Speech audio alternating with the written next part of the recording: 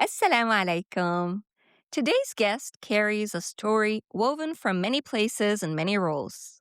Her roots trace back to Lebanon, a land of resilience and deep belonging. She grew up in Australia as the youngest of 8 siblings, surrounded by voices, stories, and the kind of family energy that shapes you for life. She's a devoted mother to 3 daughters, and for many years, her world revolved around nurturing, holding, and giving. She poured herself into her family, often placing her own dreams quietly on pause, like many of us do, mothering. A few years ago, something began to stir. Not a rupture, but a remembering. A soft, persistent calling towards meaning, self, and the parts of her that had been patiently waiting to be seen. What followed was a very courageous unfolding, reclaiming her path and allowing devotion to include herself too. Thank you so much for being here with us today, Rula. Wow, what a lovely way of putting that. So happy to be here. We're going to start by a dive into the different cultures that you've been exposed to. So you've lived between Lebanese roots and Australian upbringing and the life that you've built here for yourself in the US. How have these layers shaped who Rula is today? Well, I want to say shaped in the most beautiful way because I actually absolutely loved every part of it. I feel like I embraced every part of the Lebanese, Australian, and American side. Growing up in Australia with, 7 siblings and loving parents, it was kind of like they created a community of Lebanese culture. Like they brought the friends, they brought the family, and I didn't miss out on anything being raised in a Western country. But I did get to see, I was exposed to many different cultures as well, not just Lebanese, many other Arab countries, Pakistani, a lot of Hispanic.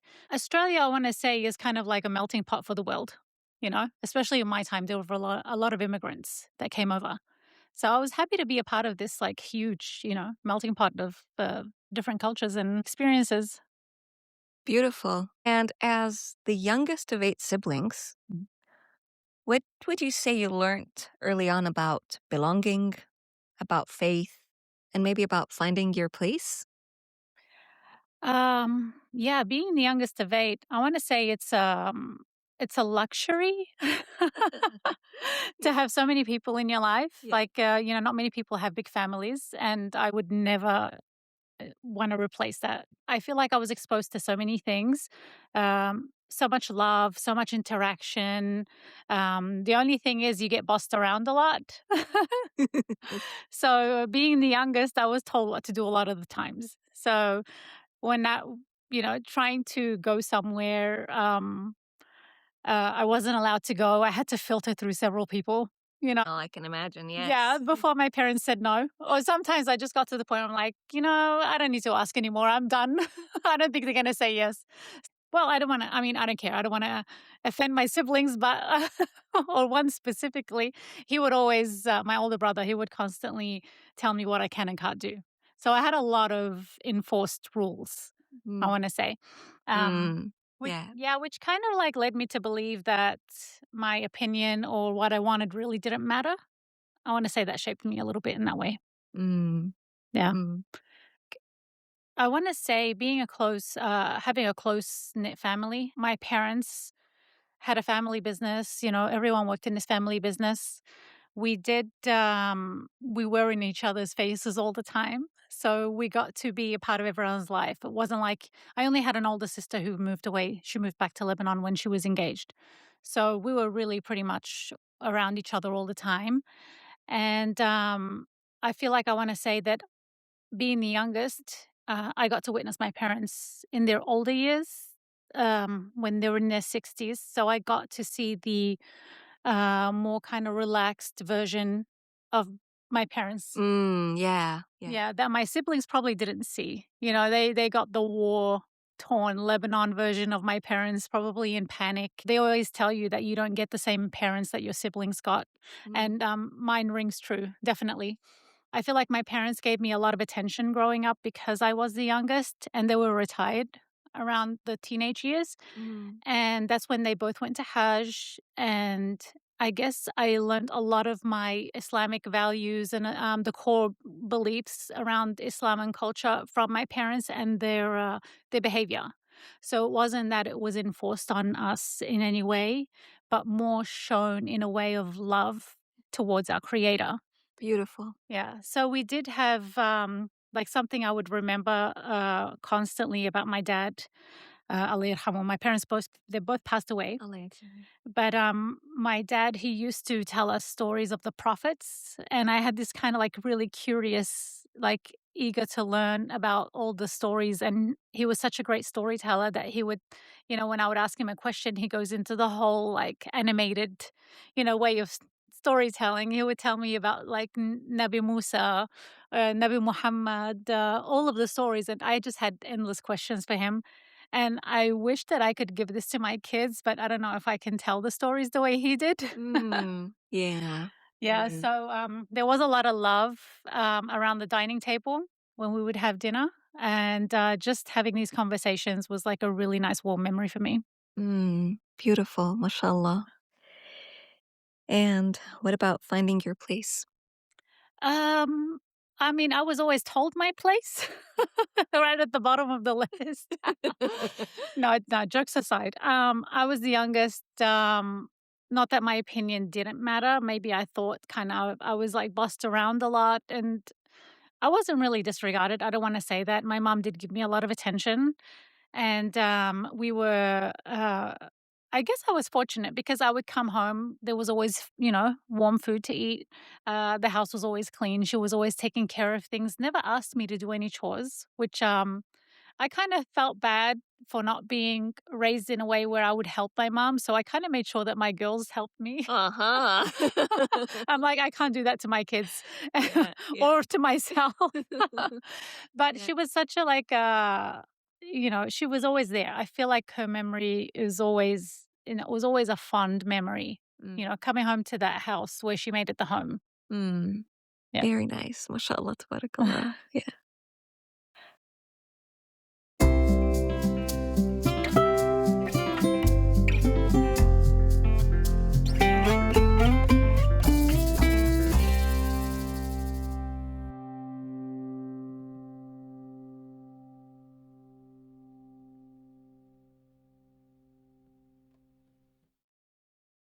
So, you left Australia at a young age? 21. Oh, wow. Yeah, I had just turned 21 and I moved back with my parents. I was born in Lebanon, but we traveled as immigrants in the Civil War. And I guess Lebanon was just not an easy place in the Civil War.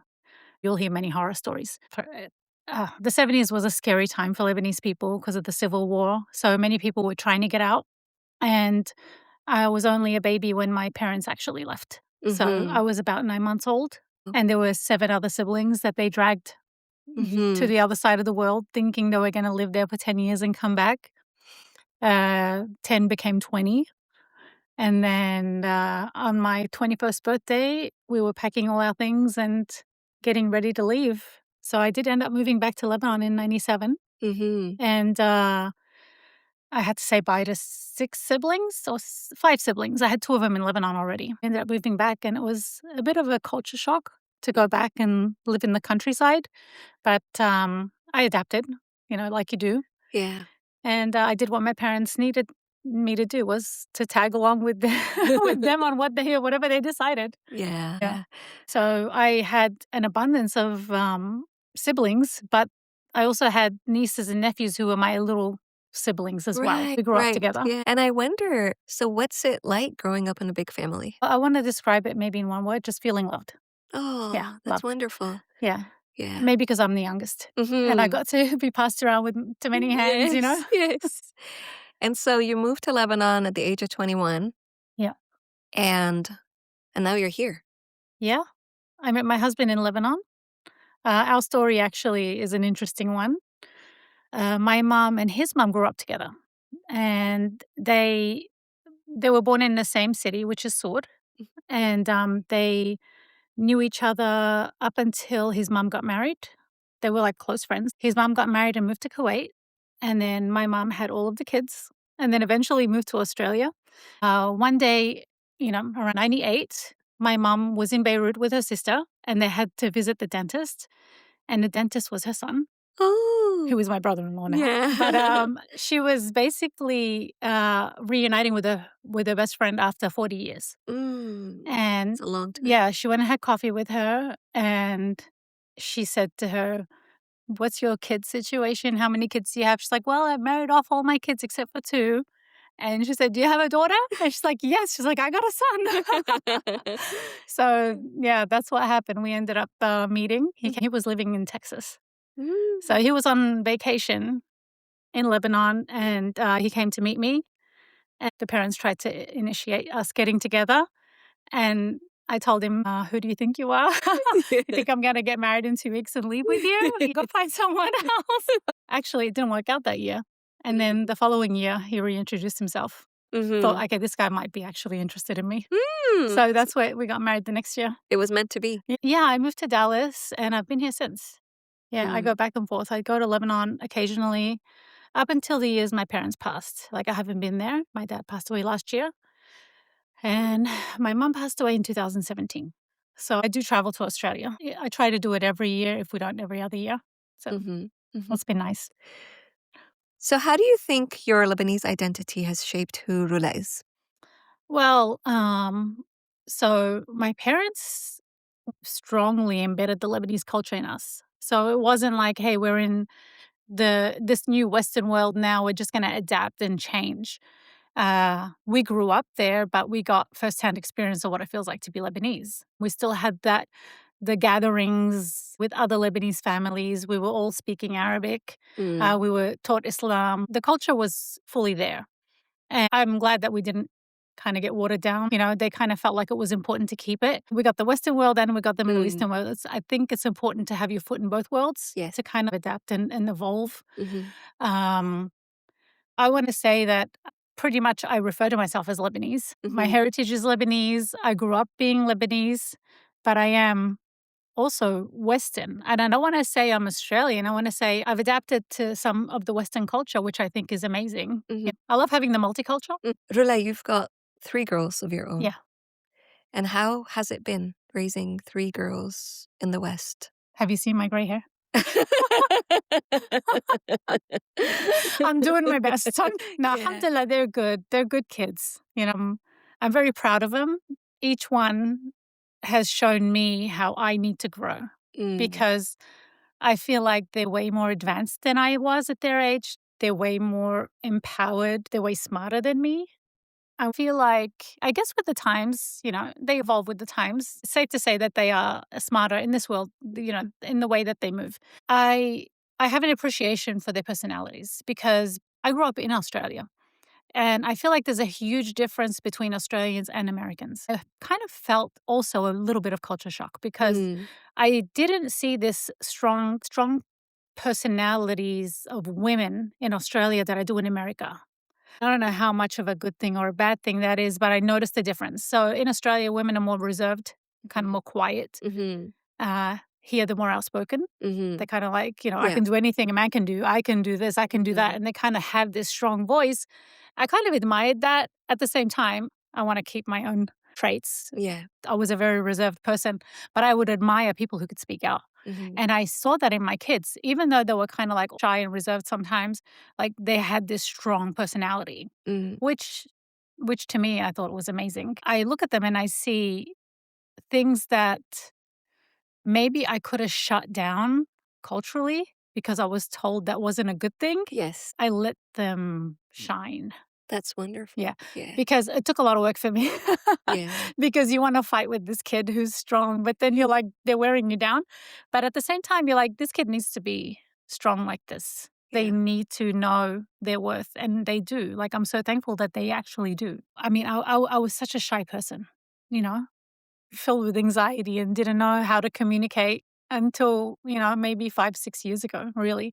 So, It's seeing them like that and seeing them kind of like being able to travel and handle themselves. I mean, I'm the type of person who won't go outside in the dark. Yeah. Yeah. There's something in the bushes. I don't know what that's about. Yes. But like my kids managed to travel and, Yes. Yes. stay in hotel rooms, not even worried. I'm thinking how do girls go and stay in apartments and go to school, and I mean that was something I could never have done. But my Mm. my girl will be going off soon and, Yeah. you know, living Yes. alone and they're not even afraid. So Yes. that makes me kind of proud that they can do that. Yeah. Yeah. There was something you said last time when we met Mhm. about your devotion to your family while the kids were growing up. Yeah. So tell me a little bit about that. Okay, so that actually stems from my mom. My mom's core belief, I saw her raising a family. She had 8 kids. She helped my dad with his business like multiple times, and she was constantly doing things for the family. So they tell you, you watch what your parents do, not what they say. Yes. So we all grew up witnessing my mom, this extraordinary woman who was doing everything for the family. And so we just, I guess, I don't know if I can't speak for all of my sisters, but I see the patterns. But there was a lot of sacrifice. Mm. So a lot of things my mom didn't get to do because my dad had the upper hand in the decision making, and he Mm. kind of like she just went with the flow. But she served him and the kids all the time. So I think I just fell into that. I Mm. fell into that kind of like that quality came because I'm a lot like my mom, and so I felt like no matter what I do, I just when I decided to study design, I didn't really overthink it. I just thought, okay, I want to be a designer. And my parents were like, okay, go Mhm. for it. Yeah. I wasn't like overtly ambitious. To me, it was more like I want to have a family. Mhm. When I say I have devotion to my family, I just felt like I went with whatever felt important to me. Mhm. And there is wisdom that comes with being the youngest child because you get to observe the rest of the family and what the dynamics were. So I saw my other sisters also showing this attention to their family Mhm. and how they were connected. Mhm. Because being Lebanese or Arab in general, there's a lot of like activity, family activity. There's a lot of interaction, there's a lot of human connection, which to me is one of the most important Yeah. things. And now, knowing what I know, I understand why it's the most Yes. important thing for Yes. humans to have connection. Yeah. And I had this kind of like outlook on life. If I want to be happy or have no regrets, I need to put this time in now with my family. Mm. And that's me personally. Yeah. Like, I don't want to say everyone's journey needs Yes. to be based on this. Mhm. But like to me personally, I thought, okay, I want a family young and I want to have this kind of like this bond with my kids. And funny enough, I got pregnant immediately. Like I got married, 23, before 24 I had my my first child. So there wasn't much room for thinking there. Yeah. I just felt like I felt everything fell into place. Mhm. And I didn't understand how important that was. Maybe it was guidance, maybe it was prayer. I don't know. But like I felt like I was doing all the right things. And now that my girls are older, I feel like the bond is there, which is great. And I don't worry about missing out, whatever, in my 30s because now I feel like the rewards are all there. I get to Mm. do everything I want to do now. Mm. And for some reason, the ambition came now. I'm like, now I can do it. Okay. I think the hard part has been, is over. Now it's time to have fun. And that's beautiful. You mentioned your life being a puzzle the last time Mm-hmm. we spoke, Mm-hmm. and that you weren't sure where life was taking you. Yes. So let's talk about Rola today. Yeah. Wow. I don't even know Rula today if she recognizes the one a few years ago. Like she doesn't know who she was, or maybe the past version of me didn't know how good she was gonna get it. Yeah. So I think my biggest experience, or I want to say the biggest growth, was when my mom passed away. I had my youngest; she was about 5. So I had my own business. I was like running a gifting business. I was designing packages and selling these packages. And it was a nice little, business on the side. But I still was working at home. I was still working with my husband, contributing to the business and doing everything that I probably didn't need to be doing. Like, but of course, I Mhm. stood up and said, "Hey, let me do it. I can do it. I can take care of Yeah. some reason." So I gave myself so many things to do. But then when my mom passed away, I started looking at her because she had had a stroke. And I started thinking, what created the stroke? Mm. I never thought twice about why my mom had high blood pressure. Well, she actually didn't really have like a major or serious illness. Alhamdulillah, that wasn't anything that she had to suffer through. But that blood pressure and the stress alone is what I think caused the stroke. Mm. So when she uprooted and left 7 or 6 kids behind in Australia, she lived, I want to say, a secluded life in Lebanon because Yeah. we were living out in the country. Not, people would come and see you, but it wasn't like, you know, a busy life surrounded by your kids. It's completely different. Like Yeah. strangers don't make up for your own Yeah. children. So I saw that she had lived maybe 15 years, like without her kids. Like she'd see them every summer. Like sometimes she'd see me, sometimes she'd see someone else. I saw her life um, being deprived. Mm. And not that she regretted it, but she sacrificed for my dad because my dad decided, hey, let's move back. Mm. And she said, okay, let's do it. Mm. She didn't put up a fight. She didn't say, hey, why are we doing this? Our kids, they're all here. Yeah. But there were, like I said, I did have 2 other siblings in Lebanon. So maybe there were the pull for my mom. Mm. But my dad still had his mom alive, and his other siblings were all alive in the late 90s. And so my dad's decision to move back basically created, you know, ours by default. Like Yeah. my decision to move back, I don't really have a choice because people were asking me, why didn't you stay? I said, was that a thing? Could I have stayed? Yeah. So my mom, I guess, was just like me. No, how would I stay? Why would I leave my husband and stay? So she ended up, being in Lebanon this whole time, kind of missing out. I felt like, she was deprived of having these interactions with her grandkids and things Yes. like that. So that was like a major contribution to her stress. And I saw that. So that's what introduced the idea to me that I need to be mindful. I need to be more intentional with my time. If I don't watch it, I'm going to be just like my mom. Mm. Because my mom and we hold a lot of qualities where we're very similar. And I tend to kind of like quieten down. If my husband were to make a decision, I'll be like, okay, let's just go with it. So I never was a fighter. But then when I realized that I could be losing or I could go down this path as well, that made me realize I don't want to be in this scenario in the future. So I started journaling, really picking, at my mind, what is it you want out of life? What is it how do you want to live so you don't end up sick? Mm. Because, stress is one of the major contributors. Absolutely. Yes. Um, so I ended up figuring out who I was or what I wanted. Uh, it was a long path because I didn't know what I wanted, but I knew I wanted to make sure time was on my side. Mhm. So I kept journaling and discovering and creating new systems. And I ended up creating a kind of like an intentional workshop for women to not waste time and live with more intention. Just be more mindful of their time because no one's guaranteed tomorrow. Yes. And I knew that my job as a designer of like chocolates or gifts no longer appealed to me. That wasn't my future. And I knew that whatever I was learning, I wanted to teach. And but I didn't know how. So I just created a product, and then from that product, I created a workshop. And from that workshop, I learned how to do meditation. I looked into the science behind meditation and journaling, and how the body just evolves.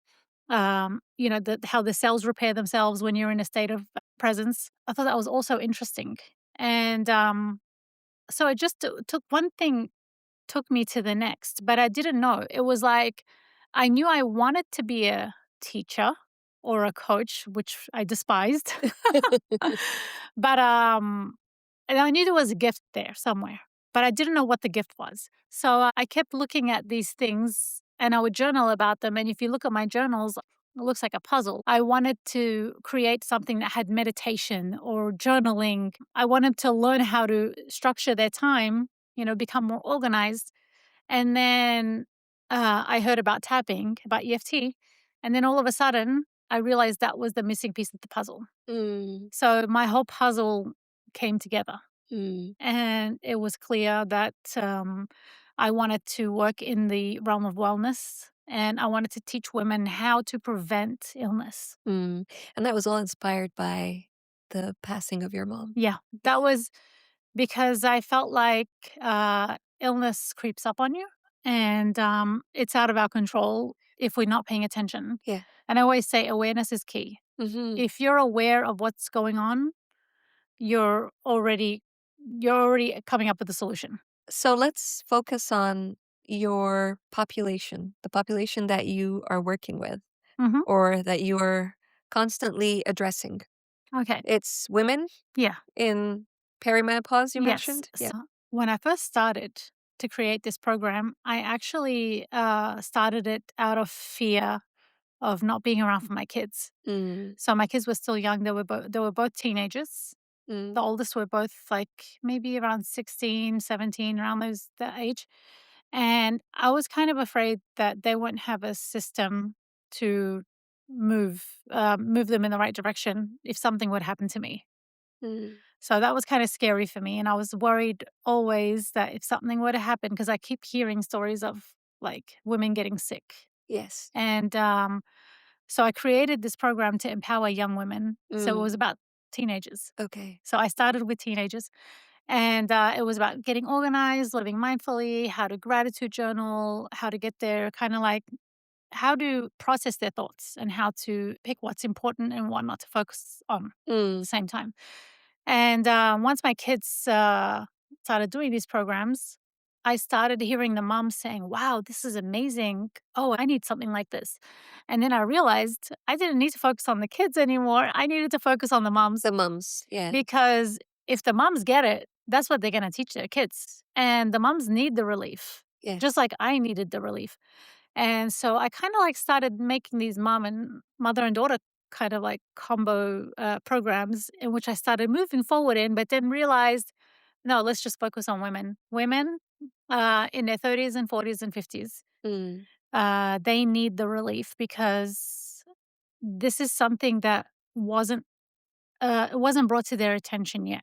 All you hear is illness, but they don't tell you how to prevent this illness. mm. That was back in before COVID. Yes. So as I was moving in this direction and, the pandemic happened, then that became clear for me. And I said, whoa, like people, which I believe, honestly, a lot of people were dying of fear in Yeah. COVID. Oh, absolutely. So if you Yes. if you know anything about Yes. happens to the body when you're scared, Yes. the suppressed immune Mhm. system, Yeah. Yeah. and anyone can create that placebo, like Yes. the And nocebo, that's a they call big it. part of it was the fear that was Yeah, happening. a Yeah. lot of people died of fear, I think, and I thought, wow, if people just focused on this, Mm, how their body is a pharmacy, how mm, their body can produce the chemicals to heal or to make themselves sick. mm, So I thought women definitely need this. mm. So I started. This was before perimenopause. Yeah. Yeah. Along comes perimenopause. So I'm like creating the system for women, and I'm like, wow, women need this. They don't need to get sick. And then I'm like, hold on a minute. Why is my body acting like this? What's going on? Why am I not processing thoughts? Why am I gaining weight? Why do I feel like my ADHD has come back? I don't remember being ADHD. So I started like by default feeling all of these that weren't existing before age 45. And I started to kind of like change my program again. So like my program went from teens only Mm, to women now going through this crap. Like yes. I felt the crap. Like I was going through it. So again the program evolved and now it's more about, hey, let's keep our head above water. It's nice to organize your time, but let's start with this. Yeah. So it went from trying to organize your time and a system that was in place, and now it's just like, let's just stay healthy, women. Yeah. We need to focus on our health, Mhm. and the key to that is knowing what's going on in your body, and healing that through tapping and then moving on to the next phase of the, Yeah. Well, the program. I love that you're evolving the program as Yeah, you're evolving, I right? think I had to go through it to Yes. understand it completely. Yes. Yeah, so Yes. it was like a nice cycle for me. Mhm. Mhm. So, Rula, after experiencing that, you can actually start to figure out what you want in life, even in your 40s. Yeah. What message or advice would you give to a lot of moms that are out there that kind of get lost? You know, they Mhm. get lost in this phase of devoting my time to my family, I'm raising my kids, Yeah. but then where am I? That's actually a popular thing right now. Yes. Here's an observation. I've noticed that many people I know specifically have changed careers in their 40s. Yes. Like they've gone from like something in the IT field to like opening up a Pilates studio or a yoga Mm. studio, Yeah. becoming an artist, Yeah. teaching therapy, Yeah. or like me, becoming an EFT practitioner. Yeah. Women find themselves at that age. I know it Mm. sounds cliche, but like you know what you want because there's this newborn confidence. Mm. I feel like we have you heard of the We Do Not Care Club? Yes. I Yes. think it gets embedded in perimenopause. Yes. And you're like, I do not care anymore. I'm doing what Yes. I want. Yes. So, honestly, it's a great time to look forward to your journey Mm. because being lost is is good news. Now you get to explore what you really wanted to do in life.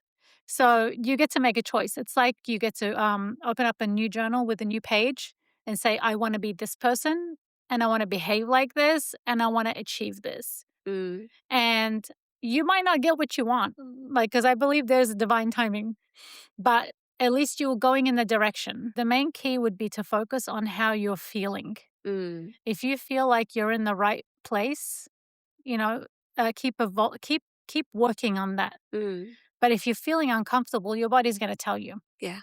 Your Yeah. body, you don't get anxiety from nothing. Yeah. You know, Mm. Mhm. there's something going on. Yeah. Yeah, Yeah. Okay, so they gotta keep listening and keep listening journaling. and journaling. That's the Yeah. key. Honestly, I didn't know where I wanted to go. My story's evolved so many times. Like the journaling is what allowed me to uncover. Mm. And when I was journaling with each time I would discover something new. Mm. And for people who haven't heard about tapping, tapping is one of the techniques or one of the tools I would use to uncover what my body's telling me. So it's evidence based, science based. There's been a lot of studies on how much tapping relieves you of stress and the stored energy and stored memories in your body. So, why are you getting that stomach pain? Mm. Why is your back hurting? Mm. Why is every time someone mentions your career, like you get a chest tightness, you know? Yes. So it's really tuning into your body Yes, and understanding what those messages are. yes. And as you're 'Cause tapping, it starts releasing and yeah, then it starts becoming clear. Like your yeah, body starts talking to you, which is funny. yeah. And people think they're random thoughts, but they're not. And if we were to give the last 5 years of your life, a title, what would that be? Holy crap. Yeah. Holy crap. I love that. Because it started with COVID. Right, right. So I had a plan. Mhm. I've had many plans that Yeah. never worked out, but like Yes. my plan, I think I remember Galentine's in 2020. Uh-huh. Yeah, Galentine's in 2020. I was about I was giving a talk to for an organization called Face, and it was at a lunch spot. And I was talking to women about wellness and heart disease and how they can like alleviate stress and all this. And I'm like, wow, this is amazing. I can't wait to like just launch this workshop. I'm gonna, teach women and how to do this and then um thinking I have it all figured out. And then 2 days later, my dad has a stroke. So Boy. I pick up myself and go to Lebanon and journaling Mhm. the whole time. Yeah. What's going on? Just as I think I'm moving forward, something stops me. Yeah. So to me, these are all divine interruptions because it Mm. wasn't the right time. I learned a long time ago not to get upset. just to kind of like read this, what is this experience? You know, you hear a lot like, oh, what is this trying to teach me? But like, for real, what is it trying to teach me? So, a stroke is something that I have no power over, you know? Obviously, my dad is so close and important to me. I will put everything on the shelf and go see what, what he Yeah. needs. Yeah. So I moved everything aside and I traveled to Lebanon, stayed with him maybe 2 weeks. I had my other siblings there and I came back. And the day I arrived, I was thinking the next day I'm traveling to New York because I Mm. had also something going on in New York in 2 days. And then the moment I get back, they shut the airport down. Right. Yes. During COVID. Yeah, Yes. during COVID. And then we have this pandemic that just threw everyone's world upside down. I just kept meditating through it, meditating, Yeah. journaling, meditating. Uh, Lucky we're in Texas because we were Yeah. allowed out after 5 days. I think it was like maybe 2 weeks or something. Yeah. So we didn't really feel it like other people, but there was no way I could take action. Yeah. I felt because I was doing in-person workshops. I Mhm. wanted to see people, and then there was this whole kinda, like, shift with Zoom and people creating, and I was like, "Ew, I hate this. What is this?" Yeah. Like, there's no human connection. My workshops are about ambiance. I don't like this Zoom thing. What am I doing? What do I have to do? And then, everyone's talking about meditation. I'm like, "Oh, that's yesterday's news. I don't wanna get into this. I don't wanna teach people about meditation." So I just started developing my system. Mm. And I kind of like went from a bullet journal to an actual full on aesthetic, beautiful Yeah. A5 Oh my goodness. journal. I if I start to describe your journal and your handwriting and the way that you journal, I could be here till tomorrow. Thank you. It is a piece of art. Thank Yes, you. mashallah. Yeah. Thank you. So, yeah, I started developing my journal. And so, just when you think you have it figured out, God pulls the rug from under you and says, Mm. nope, try again. Yes. So I evolved my system, created a method. Um, And then the end of the year comes, it's still COVID. And I thought, yes, I'm going to launch my workshop. I'm going to do this. I'm going to start again. I think it was maybe 2 years later. And then as I'm about to do it, I have a test group. I've been running test groups on this, this method and getting Yes. feedback and things like that. So I felt like I was still doing my Yeah. workshops. And then all of a sudden, uh, I learned tapping. And I'm like, oh, maybe I shouldn't launch my workshops. Maybe I should learn this tapping thing. What does this tapping thing do? And then delay again, Yeah.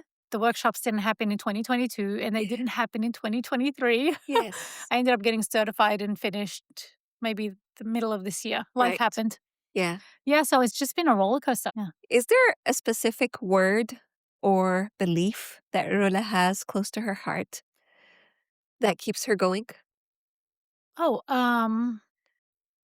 I think it's just like be kind and everything falls into place. Mm. Yeah, be good. Be good. Like, be a good person. Mm. Be kind.